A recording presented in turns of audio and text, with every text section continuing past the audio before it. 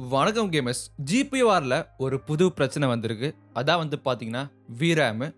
VRAM இந்த டைம்ல பெரிய பிரச்சனையா இருக்கு. உங்க கிராபிக்ஸ் கார்டுக்கு 2023ல எவ்வளவு VRAM தேவைப்படும் அதை பத்தி பேசி ஆகணும். இந்த வீடியோ ஃபுல்லா பாருங்க. பல விஷயங்கள் இருக்கு.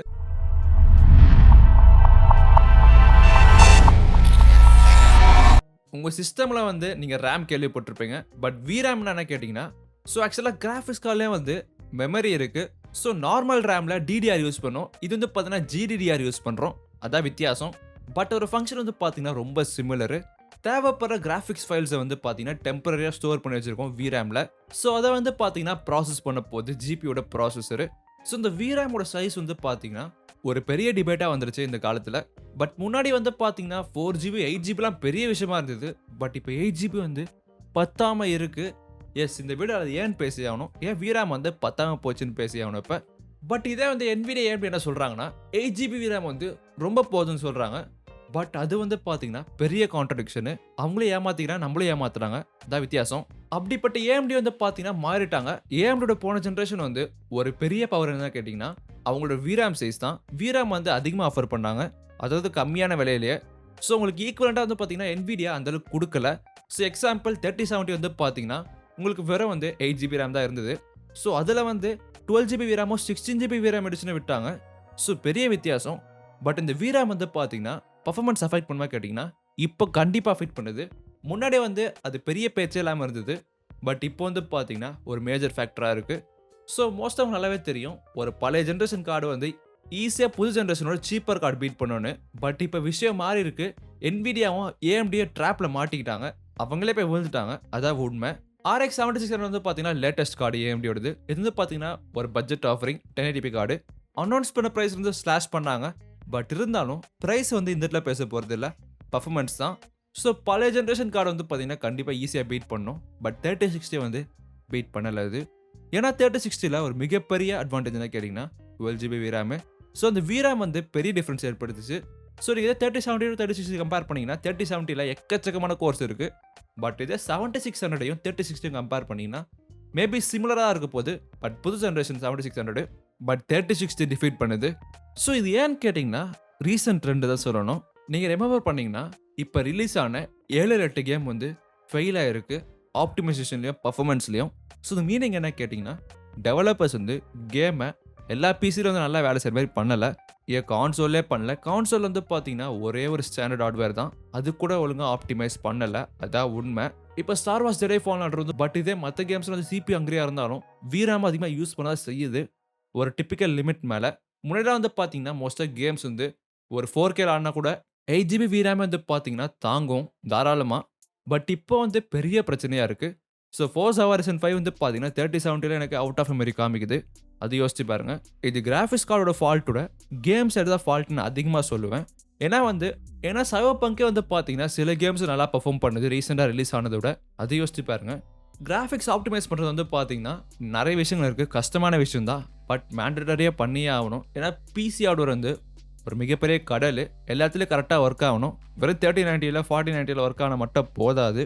இப்போ ரீசெண்ட் டைமில் ஒரு பெரிய ட்ரபிள் ஆயிடுச்சு VRAM பத்தாமல் இருக்கிறது. பட் AMD NVIDIA பார்த்தீங்கன்னா அது போதும் சொல்கிறாங்க. கிராஃபிக்ஸ் கார்டு மேனுஃபேக்சரர் சொல்கிறாங்க.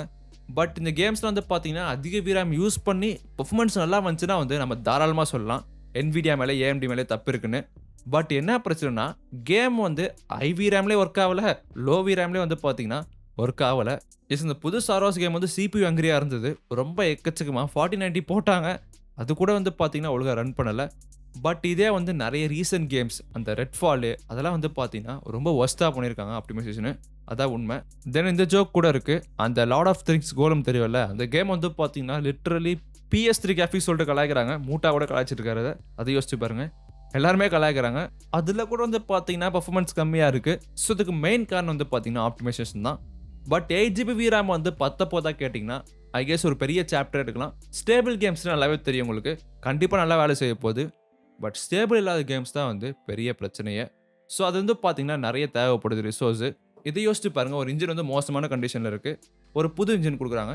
எது அதிகமாக பெட்ரோல் அதிகமாக கன்சியூம் பண்ணும். பட் இன்ஜின் கிராஃபிக்ஸ் கார்டு கிடையாது, நான் கேமை சொல்கிறேன், கேமோட இன்ஜின். ஐ திங்க் வேர்டிக்ட் என்ன பார்த்தீங்கன்னா 8GB VRAM இந்த டைமில் பத்தாது. அதான் ஸ்ட்ரைட்டான பதிலாக இருக்க போது. மேபி டெவலப்பர்ஸ் வந்து எல்லாம் ஒழுங்கா ஆப்டிமைஸ் பண்ணி ரிலீஸ் பண்ணா கண்டிப்பா வந்து பார்த்தீங்கன்னா 8 ஜிபி VRAM வந்து போதும்.